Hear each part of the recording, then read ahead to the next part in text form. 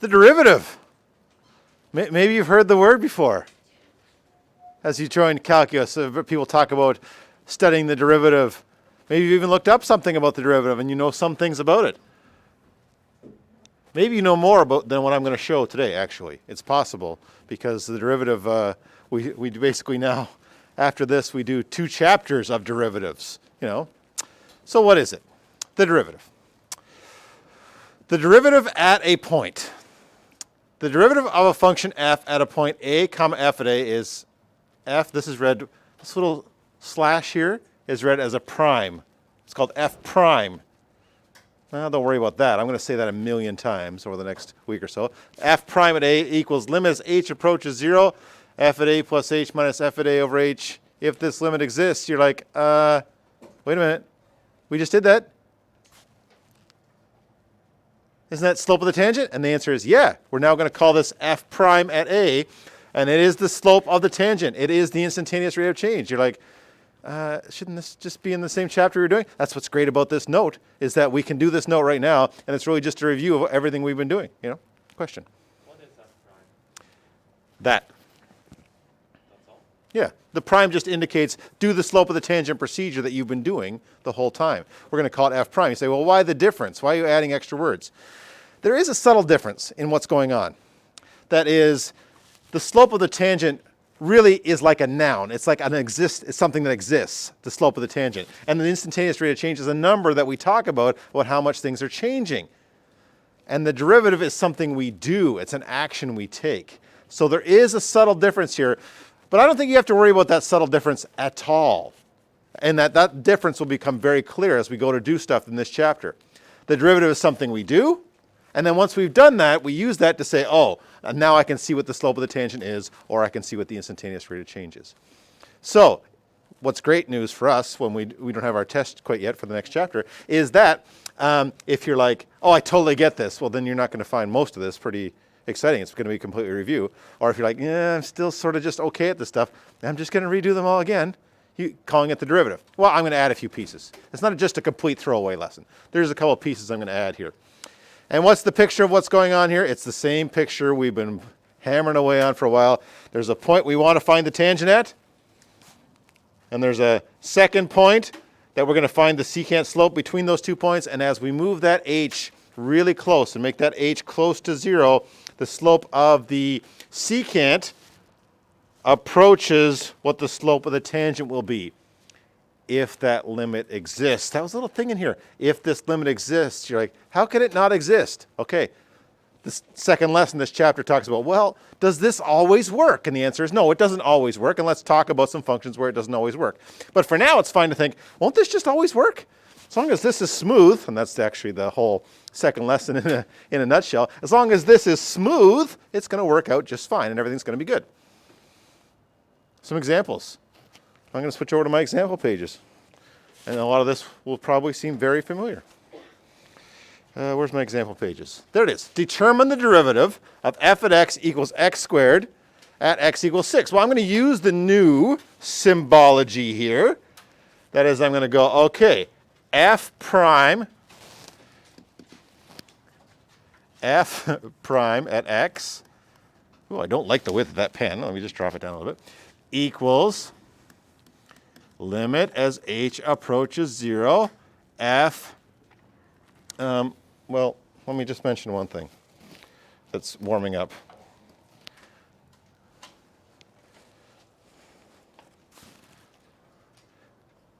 This a that's in there, we've sort of seen the power of that a.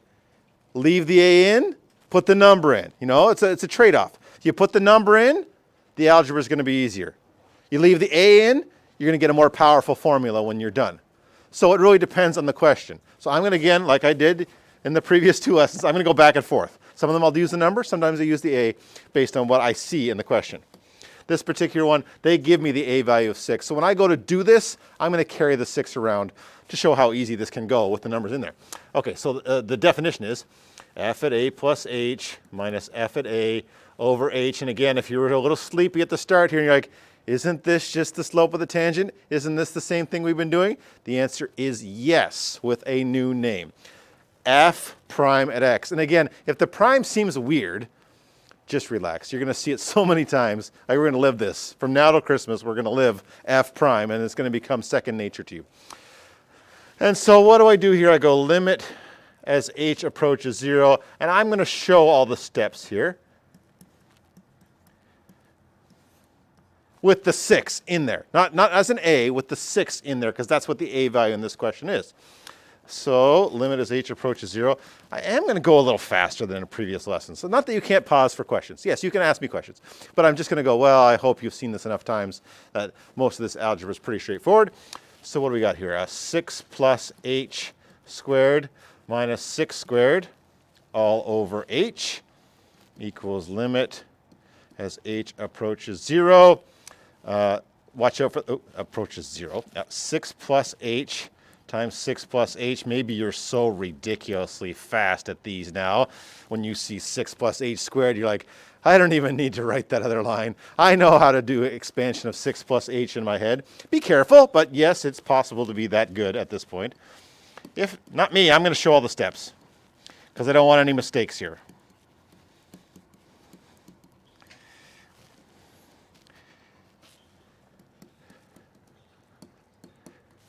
Tidy this up a little bit. I get an h squared plus 12h. I think I promised to cut the drama out here.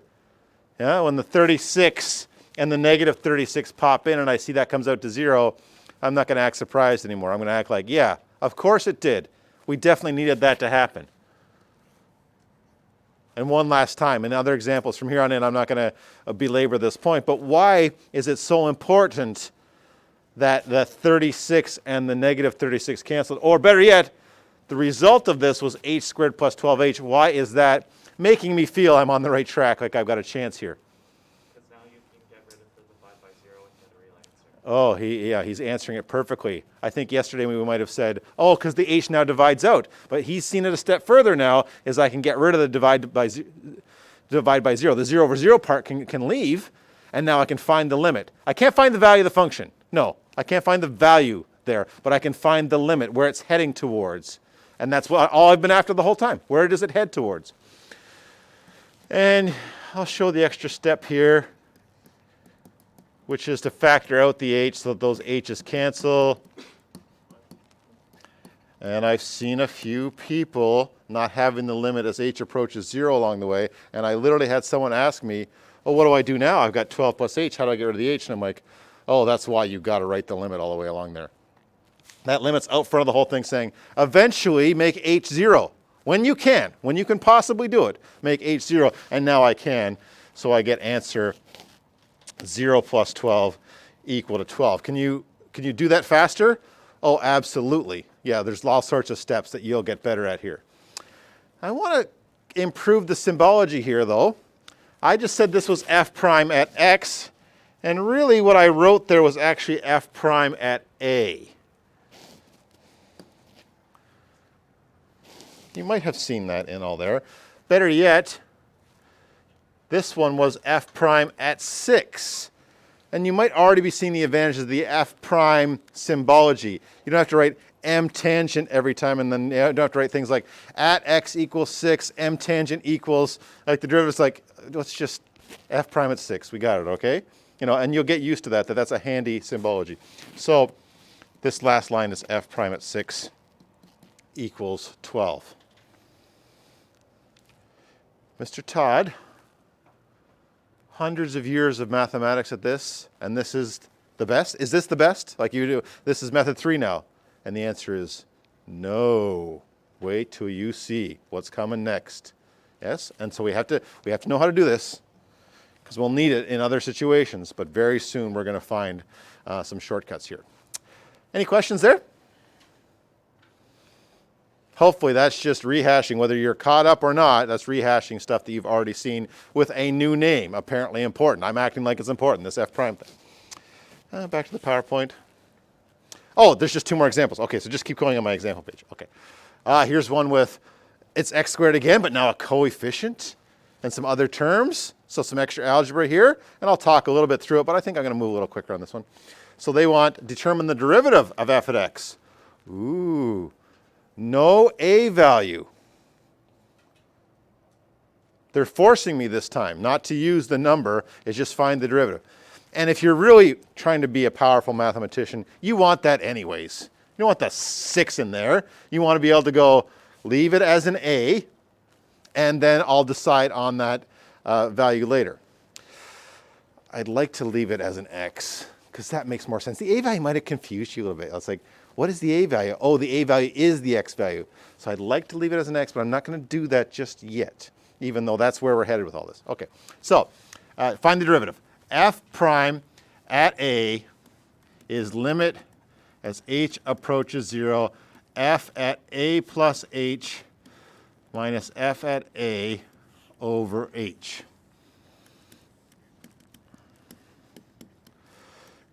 Sub the a plus h into the function. And I'm going to show the other term in another color here, or the a side of things. 2a squared plus 3a plus 4. Just to show that I'm actually subtracting two different things. The function when I subbed in a plus h, the function when I subbed in a. Buying myself some room here, just going to move a little left here. And 2 a plus h, a plus h.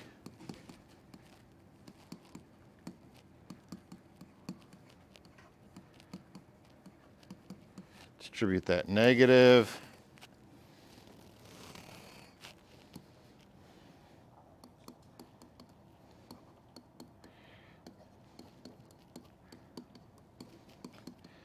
Multiply out these brackets.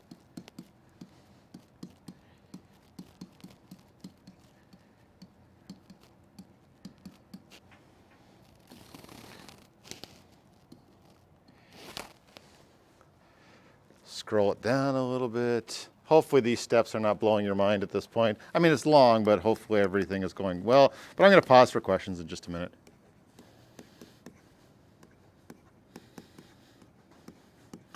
If you're staring at this going, I see all sorts of shortcuts, all sorts of ways to not have to write all this stuff out, I totally agree with you. I encourage you to find those shortcuts and simplify the algebra as you go. I'm not doing it because I want to show all the steps here. Okay, what do I got left with? And this is all over. Get out my canceling pen, which I'm going to use a canceling pen of light green today. 2a squared. Look at how confident I am. I didn't even look to see if it was there. I know it's there. 2a squared, it's got to be there. Negative 2a squared. 3a minus 3a, 4 minus 4, all those have got to go. And my algebra showed that they got to go. And it's actually a good error correction. If all of a sudden you don't have a negative 4 there, you're like, I must have done something wrong here, you know, and you can go looking for it. So now what I have left here is 2h squared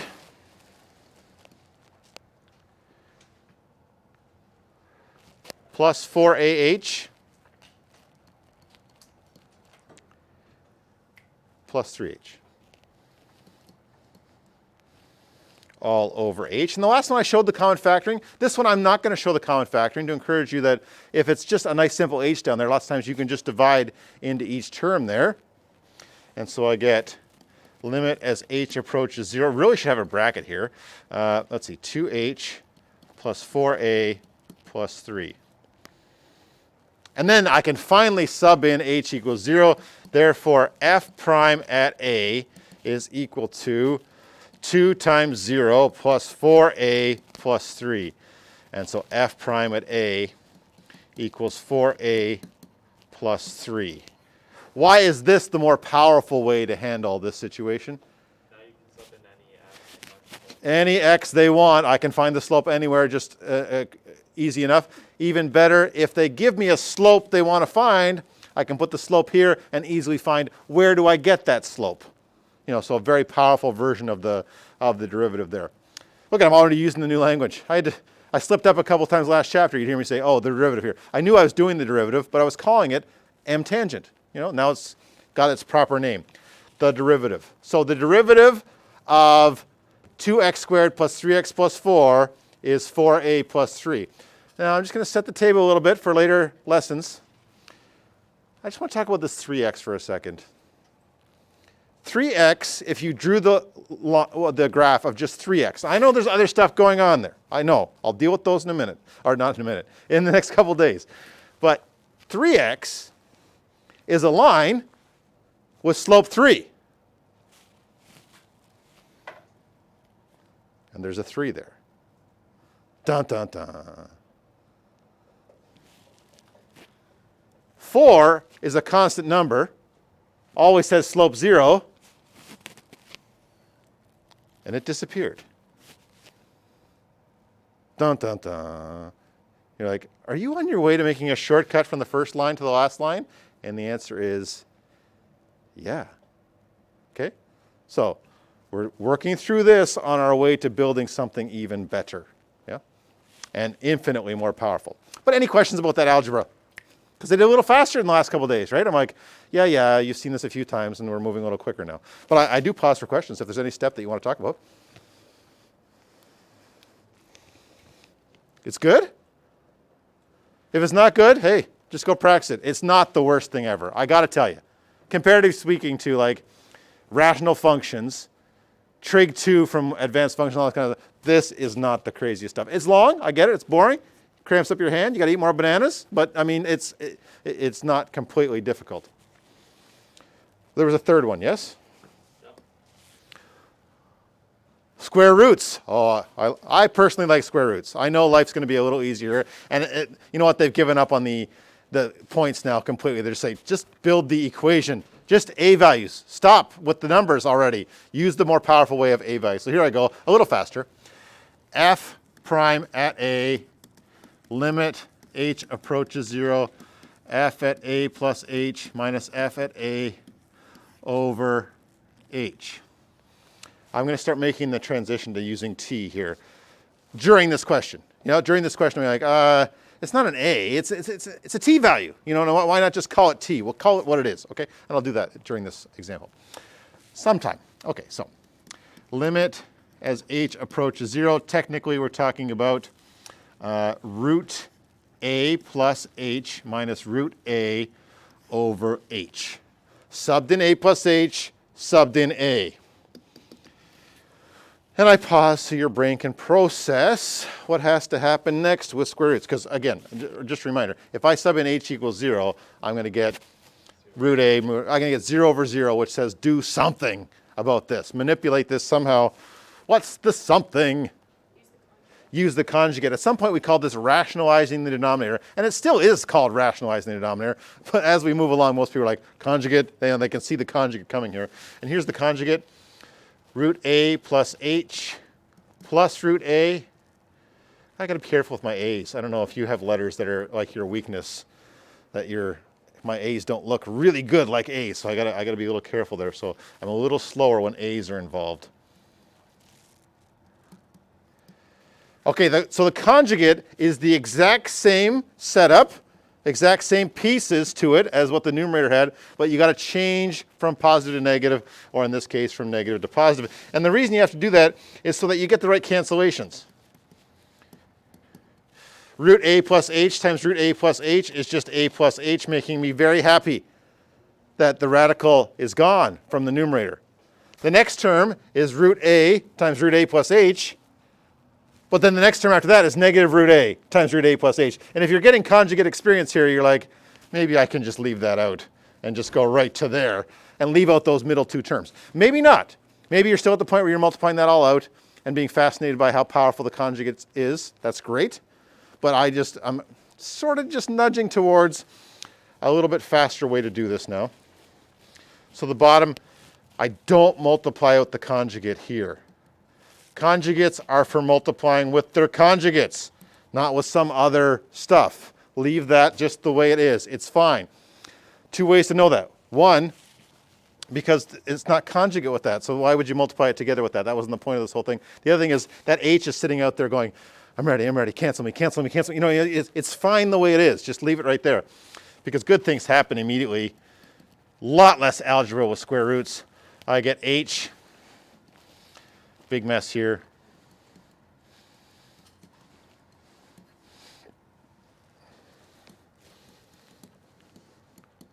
And these cancel. And I'm going to ask a silly question and have someone answer it.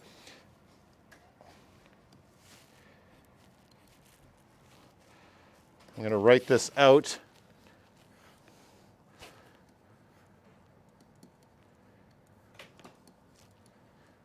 And I get this question often. Say, well, now there's nothing in the top. How can I have a numerator with nothing in the top? What should be up at the top there? 1. See, we call it canceling, but it's what we're really going is these divided out would be a better terminology for it. And so h divided by h is 1, so there's a 1 up there. Now I can sub in the h of 0.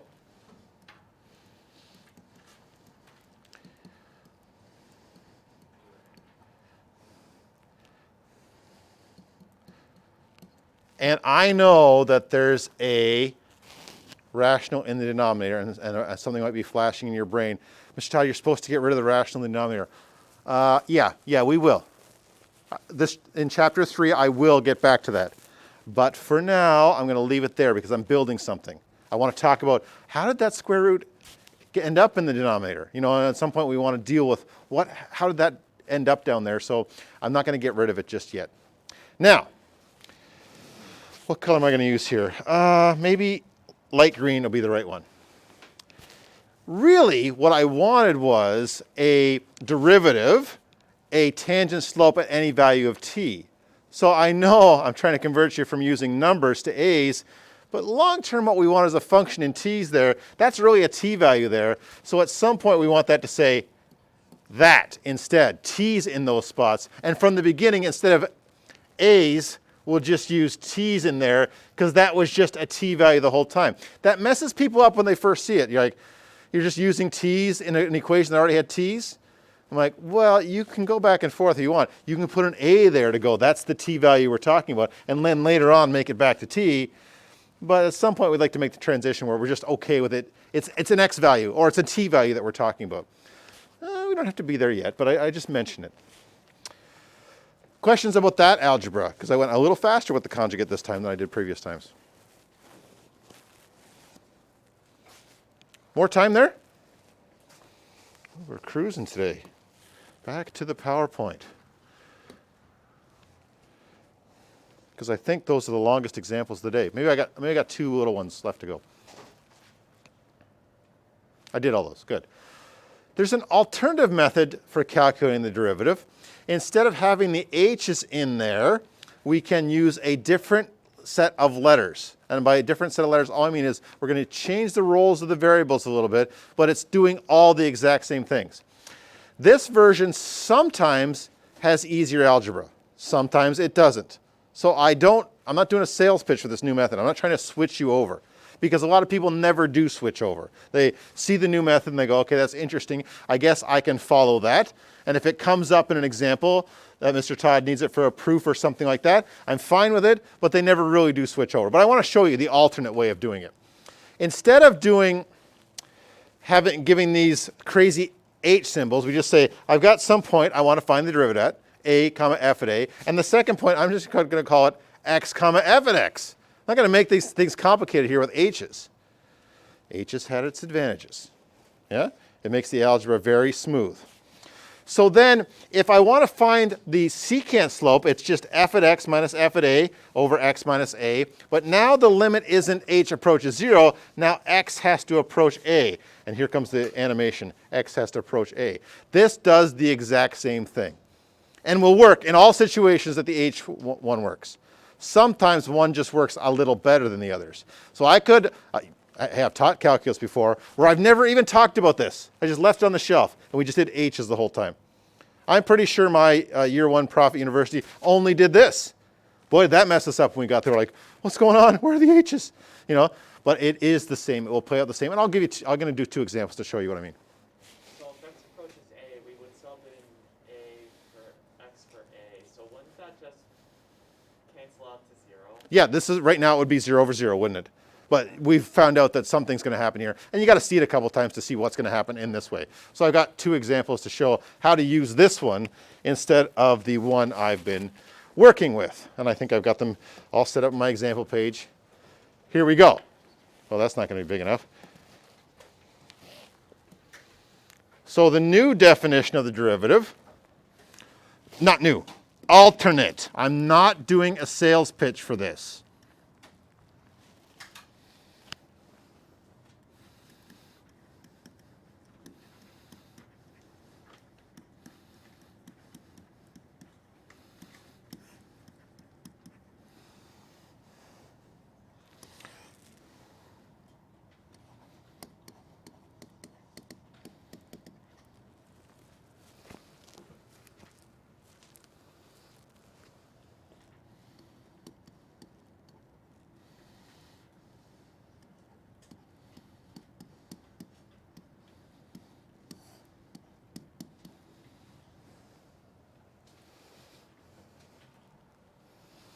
Now, excuse me, now, to do this again, what I'm going to do is go back to calling this A. Now, whenever I get in trouble a little bit, whenever I see a new definition or something like that, instead of using A's, I go back to using the numbers, because the numbers really help to know what's exactly happening at a certain value. So, instead of f prime at x, this one's called h prime at t. And if it seems a little confusing, well, just let me get through one before you totally write this off as silliness. H prime at t equals limit as t approaches 1, because that's what we're heading towards this time. It's 1 second. I'm using that specific h value. H at t is 80 minus 5t squared minus h at 1. I'm unhappy with that, so I'm going to do something you're really not supposed to do. Is I'm going to write across the line here to show what I'm doing here. H at t minus h at 1 over t minus 1. That's what I'm doing here. The a is 1, so I'm putting those 1s in there. And then in here I get 80 minus 5 times 1 squared all over t minus 1. So I found the value of the function at t, which is easy. They told me what the value of the function was at t. I found the value of the function at 1, which is the value they wanted me to do. And now I'm going to tidy things up a little bit.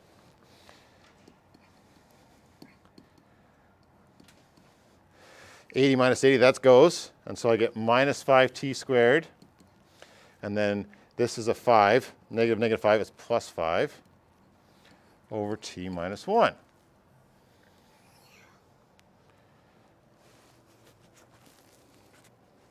If I sub in t equals 1, which is what you saw, I'll get 0 over 0. What should I do now?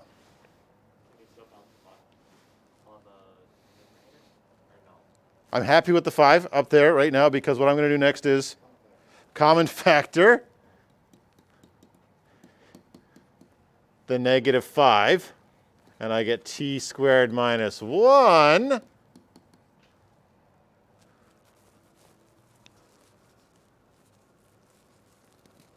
Oh, saw some random nodding there. That's always fun when that happens when I'm teaching. I see some people out there just nodding like, yeah, I see what's coming now. Difference of squares. And then there's the cancellation. This time, instead of h is canceling, it's the t minus 1 that cancels, which maybe we could have predicted right from the beginning. As soon as t minus 1 appeared, you're like, if this is ever going to work out, the t minus 1s have got to go at some point. And so what I get left with is, I don't like that orange. I only like it for canceling. Okay, equals limit as t approaches 1 of negative 5 bracket t plus 1. Sub in the t equals 1. And so I get h prime at t equals 10. Well, this question, it's not really h prime. I mean, it is h prime at t. That is totally correct. But if you were in physics, what you would say is v at 1 equals 10. I put h prime at t there. I should have put h prime. This, we have the specific t here. H prime at 1. I do not expect the first time you see this thing that it's like makes perfect sense. I mean, I've been doing the other version of the derivative with the h's How many examples have I done with the h's now? Like 8 or 10? And if you've been doing your homework, you've done 20 or 30, and then I come up with a new one, and it's weird looking. But I'm telling you, it's no harder. It might be easier.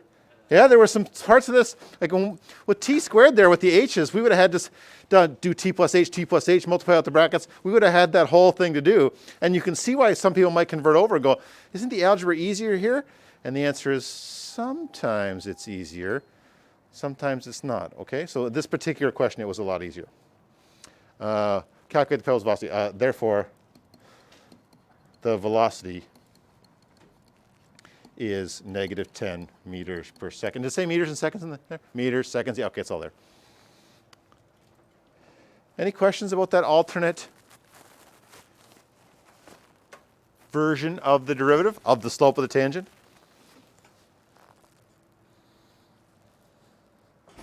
Slightly different algebra, but again, really just factoring is what it came down to. More time here? Oh, then there's another example. Okay, so back to here. Oh, a square root one, good. Yeah? So let me go through a square root one again, and the alternate version again, and maybe get a little bit more used of the alternate version. Okay, f prime at x equals limit as x approaches a of f at x minus f at a over x minus a.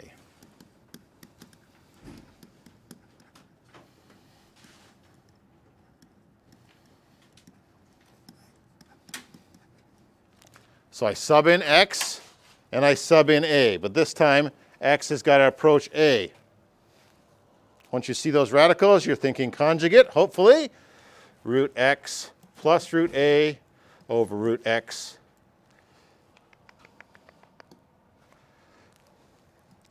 plus root a, and again, multiply out that numerator because it's the one with the conjugate in it. I get x minus a.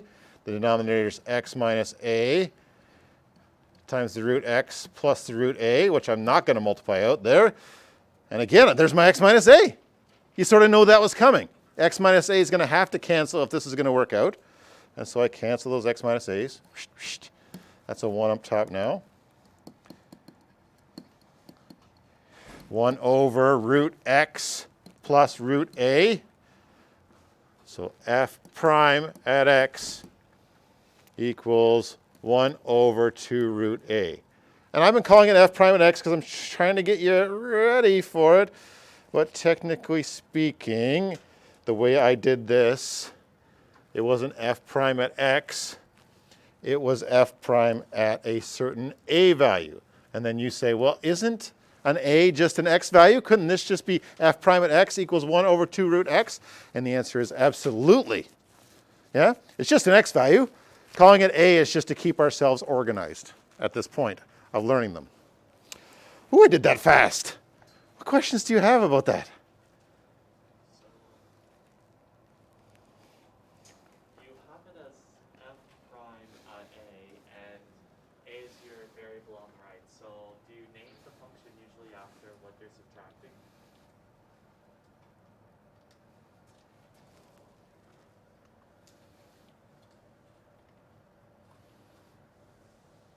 I'll say yes to that for now. In the end, we're not going to play around with these a's much longer. We're just going to call them x's because that's what they are.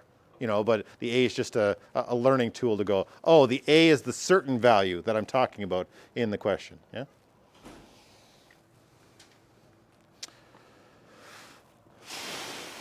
More time here?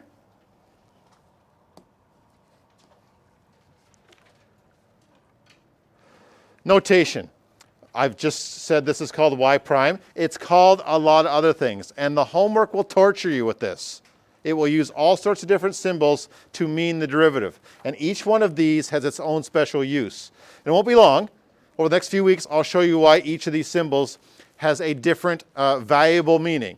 But you might see it called dy by dx. That means take the derivative of y, and x is the independent variable. You might see it df by dx. Instead of y, we use f. That one's a little less shocking because it's just y's versus f. And you might see it with a d by dx out front, sort of as an operator. Lots of that coming. So just for now, go For some reason, they feel like they're going to torture me, and instead of just y prime, it'd be called all sorts of different things. But each one of these has its own special use, and we'll get to know those over the next little while. The approach your textbook takes is every once in a while it just throws one of these in here to try and get you used to them, okay? And force you to go, Mr. Todd, number 3 says dy dx, what am I supposed to do? And I say, take the derivative. You're like, okay, what about the one that says dy dx? I say, take the derivative. I mean, it's just, all different meanings for derivative. So the existence of derivatives, and this is a lot about what the next lesson's about. A function is said to be differentiable if f prime at a exists, if it's possible to find the derivative. At a point where the function is not differentiable, we say that the derivative does not exist. Just to get sidetracked for a minute, I just want to talk about one particular point where a derivative might not exist to give you the feel for what's happening. If I've got a function that is going straight down like that, like the absolute value function, and it switches to going straight up like that, this thing's not differentiable right there. It's impossible to talk about what the slope is right there. So when I say not differentiable, you can just think about this one for now and go, yeah, there's certain points where it's like, well, where would I put the slope? Was it this way or is it this way? And that's a real problem. And it's not a problem we're going to solve. It's just we have to acknowledge that there's no easy way to find the derivative right there. There are several ways in which a derivative can fail to exist. A discontinuity, a corner, or a cusp. What's a cusp? I'm going to show you cusps next lesson. Or a vertical tangent. And what happens if we try to differentiate in a point when the derivative doesn't actually exist? It's just show that f at x is not differentiable here. Well, that's what I tried to do right there. Let me go back to my examples here. Let me draw absolute value for you here. Absolute value function looks like that, and it looks like that. And over here, the derivative will be equal to 1. The slope will be 1 at all points right there. It's actually a pretty simple situation. Derivative of 1 all the time if I went to do the algebra. Over here, derivative -1. The slope's -1 the whole time. And then here, not differentiable. And the reason it's not differentiable is we're not going to get the same slope from each side. If we do it from this side, say the h's are positive, we're going to get +1 as the slope. If we do it from this side, we're going to get -1 as the slope. And here we won't be able to agree what the slope is. Okay? I'm not going to belabor that because the next lesson really delves into this big time. Yeah? Oh, it's connecting this graphs of f at x and f prime at x. Okay. When considering the graph of function's derivative, remember the derivative at a point is the slope of the tangent at this point. Example, match each graph. I used to like matching graphs when I was in school. Let me just get a nice pen out here and try and match these up. I think the easiest thing to do is find points where you know exactly what the slope is. That is, this one right here, right there, I know what the slope is. I don't need h's. I don't need tangents. I don't need derivatives of anything. I don't need to think about anything except what's the rate of change right there? Slope equals 0. Yeah, and I label those all on here and go, at a high point or a low point, the slope must be 0. There, there, there, there. And by slope, we mean the derivative. Let me write that right beside it. Y prime equals 0. That's our new terminology for that. The derivative will be 0 at all of these points. That is immensely helpful when trying to find the graphs, the matching graph, the matching derivative graph. See, this one, the derivative must be 0 at t equals 2. So look through and go, x equals 2. Is this one 0 at x equals 2? No. Is this one 0 at x equals 2? No. Is this one 0 at x equals 2? Yes, this one's 0 at x equals 2. Is this one 0 at x equals 2? Yeah. So this must match up with this. A is triple I. I could draw the lines back and forth, but I don't want all the lines crossing and it confuse the issue. Does the rest of it match up? This one goes from positive slope to negative slope. That's what this does. Positive to negative. Okay, I'm saying this like it's easy. And it's sort of not. You really got to think about these. Nobody just zips through these. Well, you physics people are at a huge advantage here because you got displacement and velocity ready to rock and roll. So you're looking at these going, oh, that's no problem here. Let's do another one before you get stressed out about this. This one has derivative 0 at 0 and again at 5. Which of these has value 0 at 0 and 5? Well, that's 5, but it doesn't have 0. That's 5, but it doesn't have 0.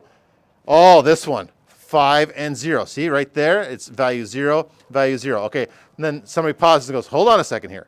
What you're saying is, if I get tangent slope 0 here, I should get value 0 here.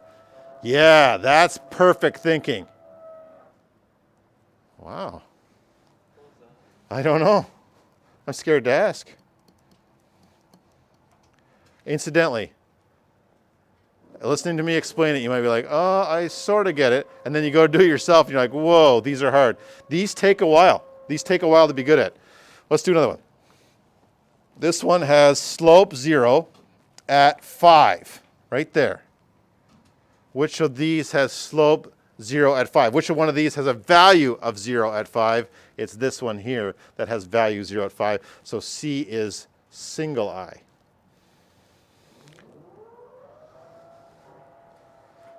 You're like, I'm lost. I'm totally lost. Hold on. It's not totally impossible what's going on here. This one, this D, has slope 0 at 1, 5, and 7, approximately, about 1, 5, and 7. So we need something that has value 1, 5, and 7, or sorry, value 0 at 1, 5, and 7.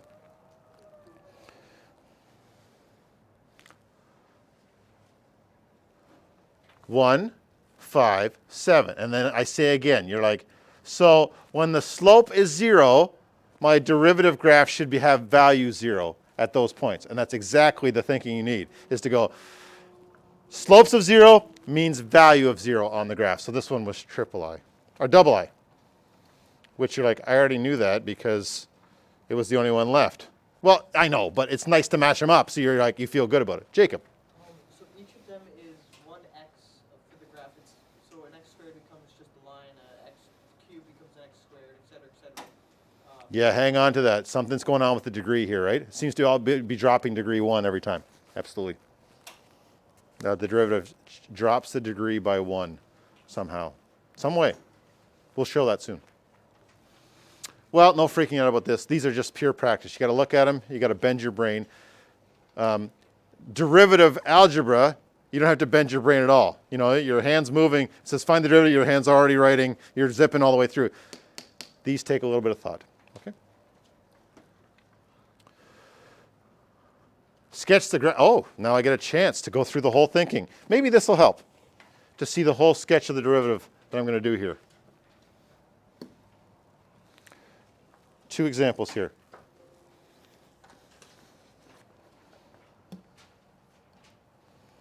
On my example page.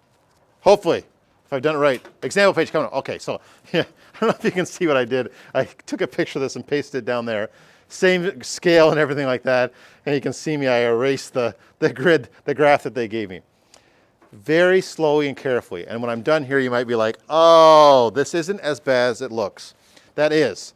This is the graph of y. This one down here will be the graph of the derivative. As in, what slopes do I get here? For you physics people, this is displacement, and now I'm doing velocity. And you non-physics people are like, do I have to know physics now? Soon, but not yet. I'm not going to do it using the physics examples. I just mentioned that for physics people. Okay, so I get a crazy graph like this. Well, it's not crazy, it's just a parabola. And I look at it and go, is there anywhere that I know exactly what the slope is? And yes, there is one point I know exactly what the slope is. It has to have slope equal to 0 right there. The derivative will be equal to 0 right there. So when I go to graph the derivative, I say, okay, at x value 3, my slope graph must have value 0. Think of it this way. This graph is showing the shape of the curve. This graph showing slope of the curve. So up here, I'm like, what's the slope at x equals 3? It's slope 0. Boom. If you wanted a little table of values over here, I'd be like x and y prime. What I found out was at 3, the derivative is 0. You said that the degree would drop by 1, so do we get a straight line? Yeah, we're going to get a straight line here. Well, that's sort of got given away in all this. Not that I was holding it back for a surprise, but that's a little difficult to see right off the hop. Let's talk about slopes over here. What kind of slopes would you expect to see over here? Not the individual values, but if it's going up like that, what slope do you have to have? What's that? Positive slope, yeah? So the y primes are going to be positive over here. And so the graph needs to come from the positive side of things. And I haven't proved yet that this should be a line. I'm just sort of saying you're going to find out it is a line here. So it went from a large positive slope and got closer and closer to 0. And that's how I get this line here going. Large positive slope and then closer and closer to 0. How about on this side? What kind of slopes are we going to get on this side when it's going downwards like this? Does the y-intercept have an effect like from the main graph? Is that Oh, not yet. Yeah, it won't matter to us just yet, no. All it really means is at y equals 0, we know the certain slope that's there. Yeah, not quite yet. Yeah, you're onto something, but not yet. This side here going downwards, so these are slope negatives or y prime negatives, which means we're going down into negative slopes now. I'm making a bunch of extrapolations here. You're like, how do you know this isn't curved or something like that? I'm like, yeah, you're right. You know, so we're just looking for shape here. If you want, we're looking for the zeros and the shape, sort of like we were way back in Unit 3 of Advanced Functions. Like, just get the shape right. We'll worry about the individual exact values very soon, very, very soon. You know, in the next 7 to 10 days, we'll deal with that. Well, if that didn't help, maybe this will help, this one here a little bit. It says, for the graph below, identify the points where the derivative is positive, negative, and 0. So y prime positive. Let's just talk about where the derivative is positive. And where the derivative is positive, we're talking about where is the slope positive. So if you want, if this is like a roller coaster, it's like, when are you going up? And when the x value is less than a, whatever a is, we're on our way up. Then again, between c and e, it's going up in there. So I'm going to highlight those in nice green so you can see the spots where I've identified where this thing is going up. Up, up, and then one last time over there for x.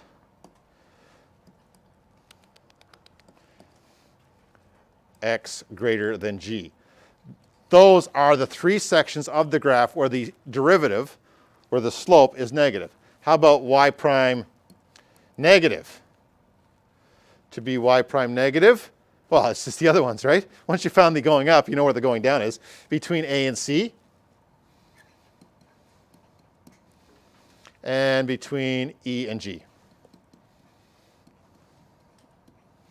And then the last one is y prime equal to 0. That's at these high points, A, E, and G.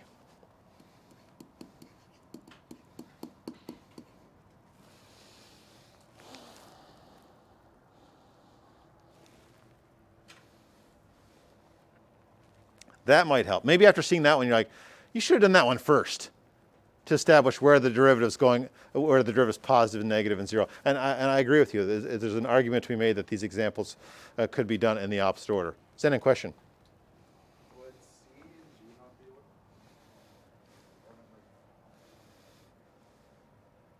Oh, I missed C, didn't I? Yeah. A, E, G, and C. Thank you for catching that. I missed one of the high and low points there.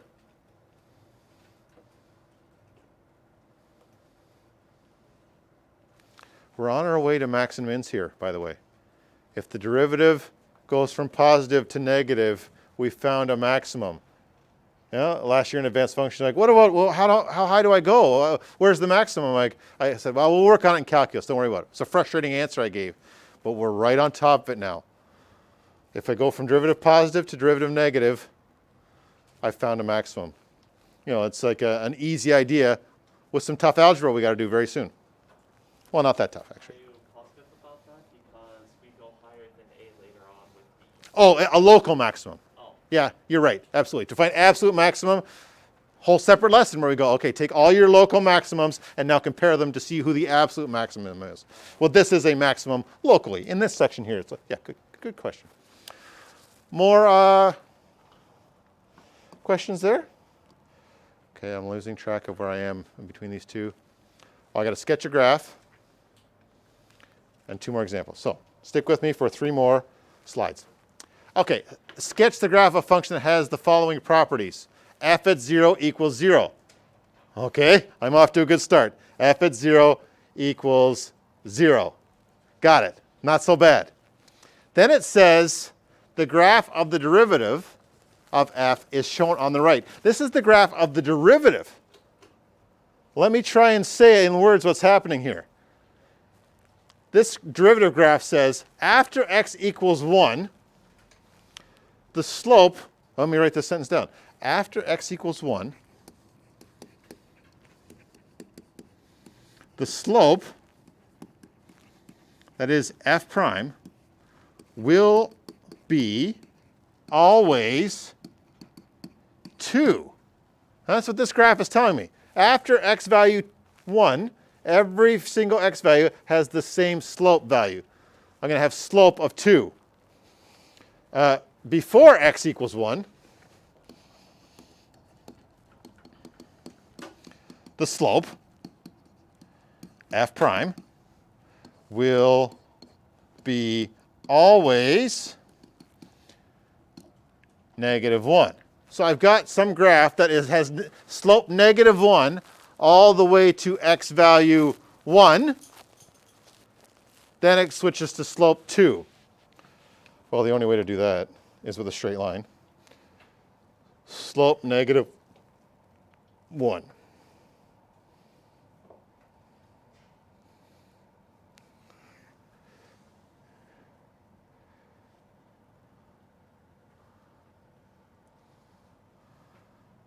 Then slope 2.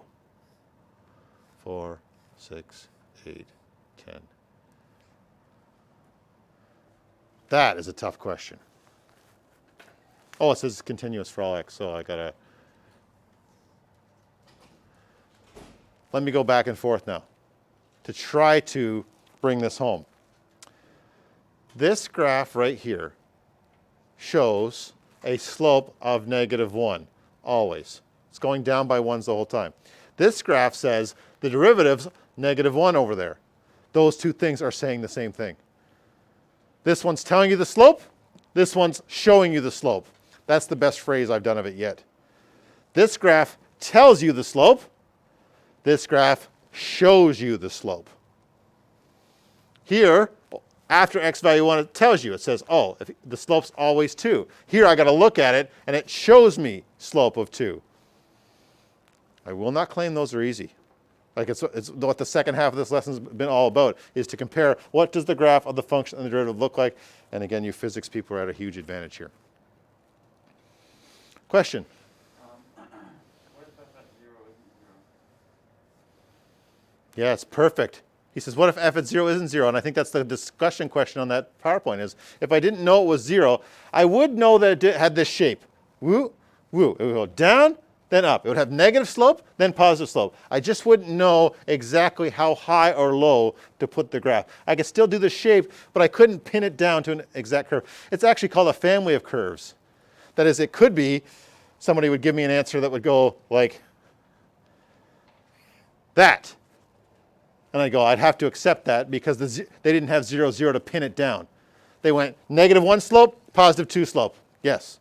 And I'd have to go, yes, that's right. So the f at 0 equals 0 pins this down as a specific solution. Great question. It's like I'm planting these questions because we talk about this a lot coming up. Is like why, how do we know exactly which curve we're talking about? And we're going to need a single point to do that, to pin down the curve. So he read through my discussion question. A quick discussion on one-sided derivatives, and I've already sort of shown this A function is differentiable on a closed interval if the two limits are equal. I've been acting all the way along like it doesn't matter if you approach h from the right, if you go h is positive or h is negative. That is true for for all of the functions we've looked at so far.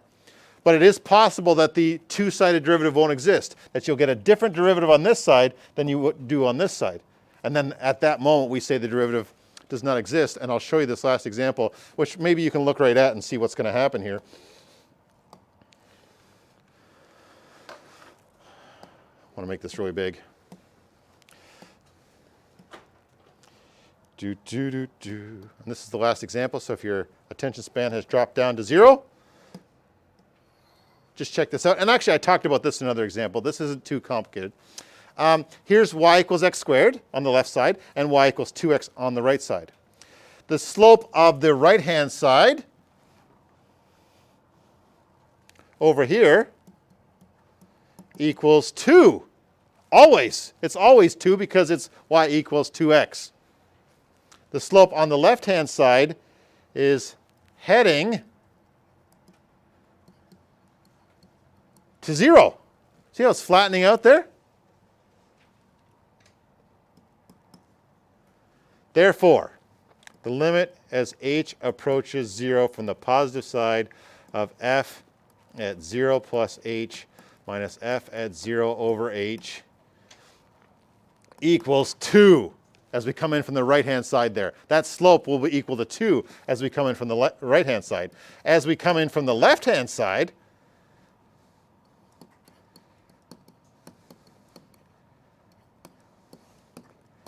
we'll get an answer of 0 as we come in there from the left-hand side because this slope is heading towards 0. Therefore, limit as h approaches 0 of f at 0 plus h minus f at 0 over h does not exist.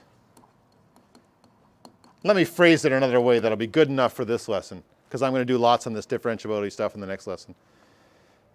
Someone coming in from this direction will say they're heading at velocity 2. Someone coming in from this direction will say I'm heading towards velocity 0. So there's no way they can agree at that particular x value what the actual velocity is. In real terms, in physics terms, stuff like this just doesn't happen without disastrous results. You can't go from velocity 0 to velocity 2 instantaneously like that without causing a disaster. The only way I can think of that would come close to doing that is if I went out on the road, stood there with velocity 0, and a car went by going velocity 2. Then I could go from 0 to 2 instantaneously. But you can see the disastrous results that would come from that. And for you physics people, actually I can't even do that instantaneously. If you really slowed it down, the car would hit me. I said 2 so you realize I'm not going to hopefully turn into mush here, but you go from 0 to 2, that there would be this very tiny time period where I'd be accelerating and moving. So there's just really no way for this to physically happen like that. Usually these are little curves there at the end. But if you do get a corner there, it must not be differentiable. You can't instantaneously change like that. More on that in the next lesson. It says there's another slide there, but I don't think there is. Is there? No, that's it?